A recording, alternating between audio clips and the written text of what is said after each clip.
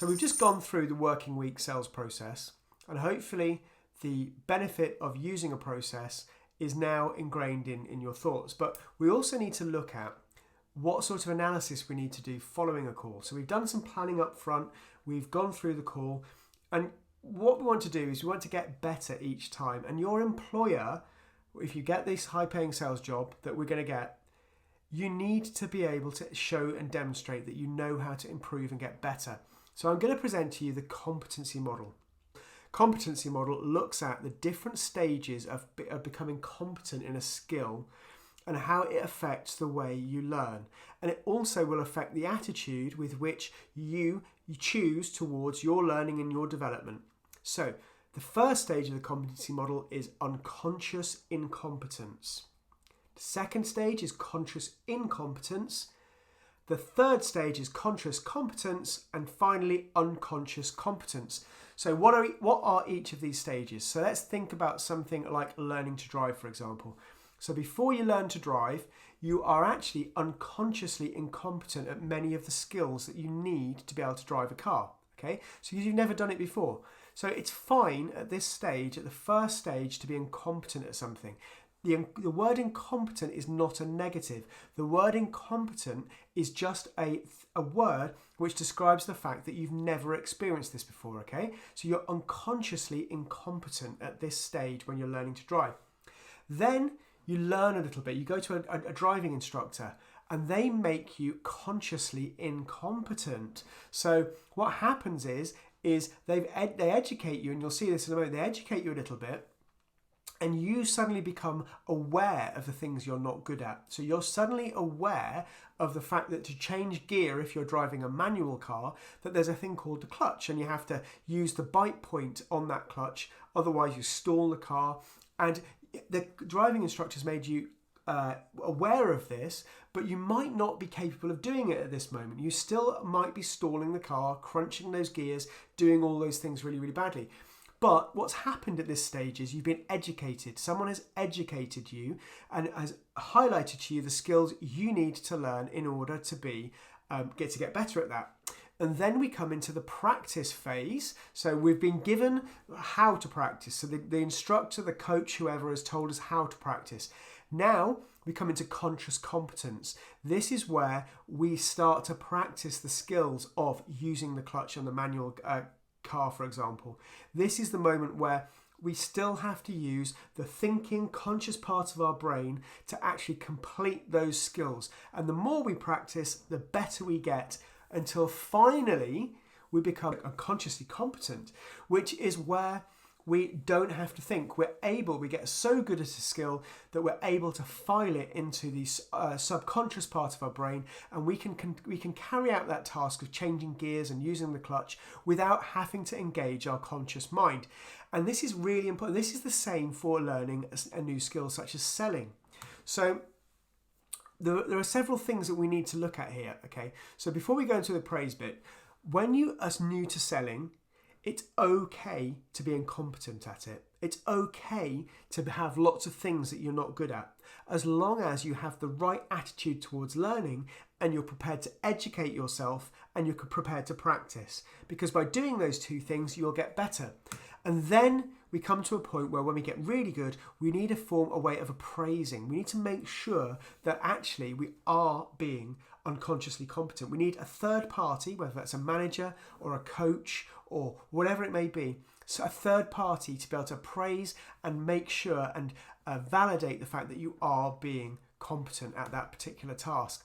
But if it isn't broken, you don't fix it. So if you're doing things really, really well, you don't fiddle with them, you don't fix them, you don't mess with somebody when they're in a confident vein of form. So they're closing lots of deals. I strongly recommend you don't start tinkering with things. It's like trying to tinker with a golf player's swing. If it's working well, the worst thing you can do is go to a golf swing coach who's going to try and change it, because it could take you years to have to relearn that process. So this is the competency model.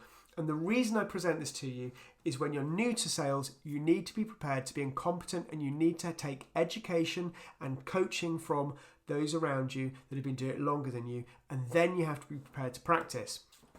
So what will your employer expect of you following a sales call? What will they expect you to do? They will expect you to be results driven, and they will expect you to show that you understand the importance of the role to them and the business, your role to them in the business. So you need to show them that you're taking your job seriously, that you want to become an expert, and you know that you want to contribute to this business. So as a result, you are committed to your own personal development. You've got to be coachable and positive as a result. It's really difficult when somebody highlights that you're incompetent at something not to become defensive about it. But the best people, and I've been guilty of this throughout my career, as anybody that knows me who's listening to this will probably tell you. But what I can tell you is, if you want to become better at anything, the people that generally become better are really coachable and positive. They take on board someone's criticism of them, and they educate themselves and they practice until they know they're great at it. So really, I would implore you to really focus on that. So you will also be expected to call on your customers with a manager, a coach, or another colleague present a lot of the time. So you need to be comfortable with having somebody along with you. You need to be comfortable with this not just being you selling one-on-one to a customer, but you need to be comfortable that you'll be selling to a customer whilst someone else is observing. And it might be quite daunting and scary at first, but all I can say is get used to it. And you need to discuss prior to your sales calls and after your sales calls your plans and your objectives, and you need to be able to analyse, did you actually achieve them? So what else will they expect? So they will expect you to be somebody that has a personal awareness, has an actual awareness of themselves, and is able to analyse your performance at each stage of the sales process. So you'll be somebody that's able to coach yourself, essentially. You'll be able to say, well, the introduction didn't go well today, or the questions I asked that customer weren't the best questions I've ever asked that. So maybe I'll tweak that and change that. Or actually, that close worked brilliantly. They want to see, an employer and a coach and a sales manager wants to see that you're a person that is capable of your own development. And you need to be receptive to constructive feedback. So if you're given feedback from someone more experienced than you, you need to receive it as a gift, something that is going to help you get better. Because ultimately, we're all here to make money, right? And if you are given some feedback which is going to make you better, we're all going to have an opportunity to make some more money. And you need to demonstrate you've listened to feedback by implementing it in your future calls. If you go out, one of the things that's frustrated me over the years when I've been mentoring people and coaching people is you tell them something, you explain something to them, they appear to have understood. Next time you see them, you go out on a call with them and they do the same thing they did before. They haven't implemented what we discussed. And it's a really irritating conversation to have with someone who you're coaching or mentoring when you're just going around in circles. Then it shows they're not committed. So you have to demonstrate that you're listening to feedback. And if you do all this, this will make you stand out, okay? So what will be the things that will make you stand out to your employer? So you need to show them that you're obsessed to be the best. You need to make it clear to them that you care about your own development and your own future as much as they do. Because ultimately, they don't really care about your future in actual fact. They care about the bottom line of that business. So you need to be obsessed about being the best for your sake. And why is that important to them? Because that helps them contribute. You also need to keep excellent records of what you've been doing.